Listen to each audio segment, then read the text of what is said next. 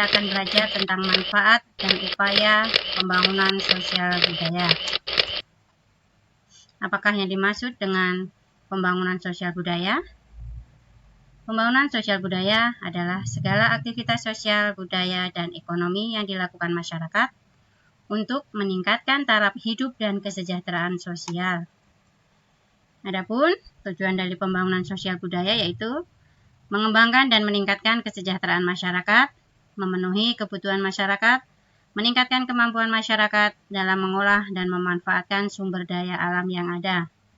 Sedangkan manfaat pembangunan sosial budaya adalah memenuhi kebutuhan material, memenuhi kebutuhan spiritual, sehingga manusia dapat mengembangkan bakat dan karakternya. Pembangunan sosial di lingkungan sekitar kita. Perhatikan gambar. Ini merupakan contoh kegiatan di toko roti.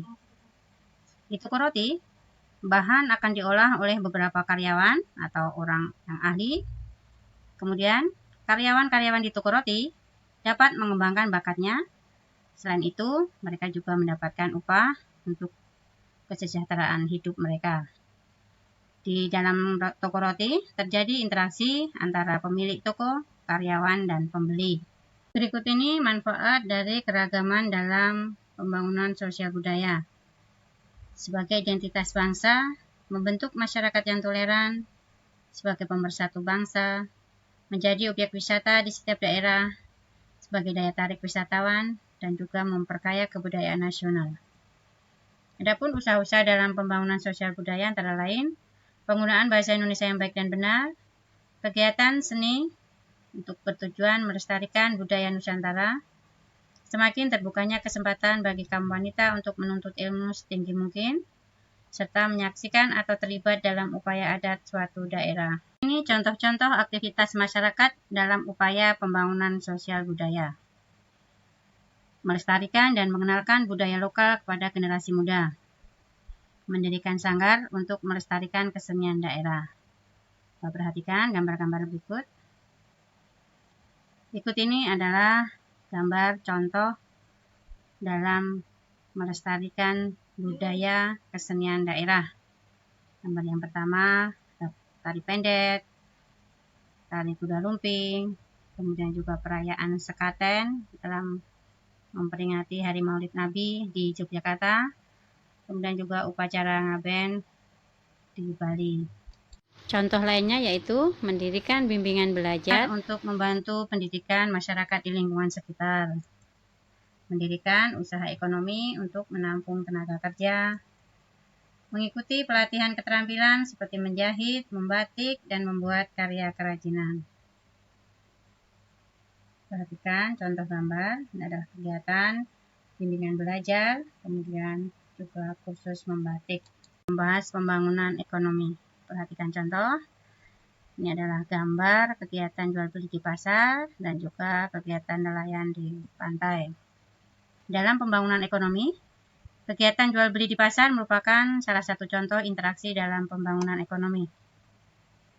KUD atau Koperasi Unit Desa merupakan organisasi sosial ekonomi yang bertujuan untuk meningkatkan kesejahteraan dan taraf hidup masyarakat di pedesaan.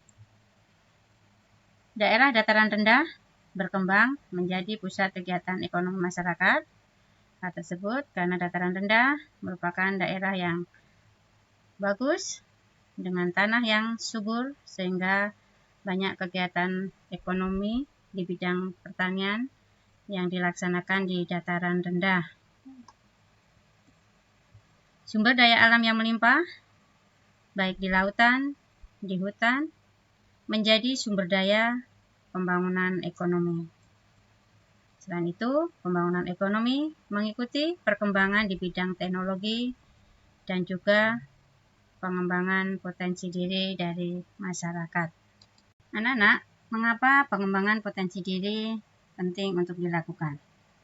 Ya, hal tersebut karena setiap orang memiliki potensi dan bakat yang dapat dikembangkan. Adapun organisasi sosial dan organisasi budaya akan mewadahi bentuk bakat dan kreativitas masyarakat. Potensi diri yang berkembang dengan baik dapat mendukung pembangunan sosial budaya dan pada akhirnya akan memberikan manfaat yang lebih baik. Berikut ini contoh kegiatan dalam pengembangan potensi diri, antara lain kursus, diklat, pelatihan, pameran seni, pentas seni, dan masih banyak lagi. Nah, perhatikan gambar, ini adalah contoh anak yang sedang mengikuti pelatihan menggambar. Dan yang kedua juga pelatihan atau kursus menari. Interaksi manusia dengan lingkungan memiliki pengaruh terhadap pembangunan sosial budaya.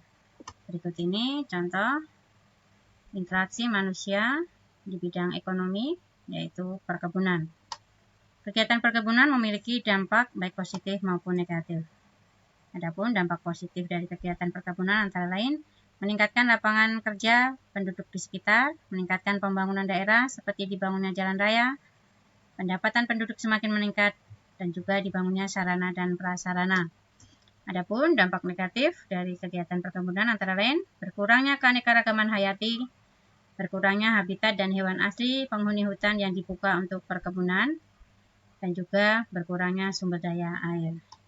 Anak-anak, demikian pembelajaran kita hari ini. Semoga semuanya paham. Selamat belajar, Tuhan memberkati. Terima kasih.